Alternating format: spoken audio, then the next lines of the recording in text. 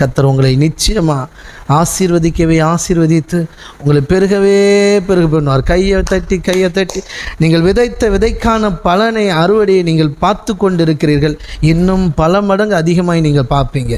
நான் சொல்கிறேன், எனக்கு அன்பான 2024 25 சாட்சியாக தான் இருக்கும். எழுதி வச்சுவோம் தீர்க்க தரிசனமாக ஏகப்பட்ட சாட்சி. அதுவும் பண விஷயத்தில் கர்த்தர் செய்வார். ஆமென். செட்டில்மெண்ட்டாக நிறைய பேர் செட்டில்மெண்ட்டாக நடக்கும்.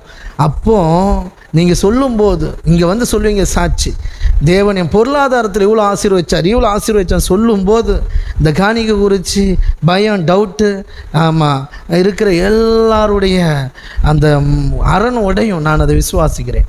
உங்களை கொண்டே தேவன் பெரிய காரியங்களை செய்வார். ஆமென். நான் அதை விசுவாசி. எழுதி வச்சுக்கோங்க தீர்க்க தரிசனம். முதல் தீர்க்க தரிசனம் இந்த 2024 அநேக சாட்சிகளை தேவன் எழுப்புவார். பண விஷயத்தில் தேவன் அற்புதம் செய்வார். கொடுக்கிற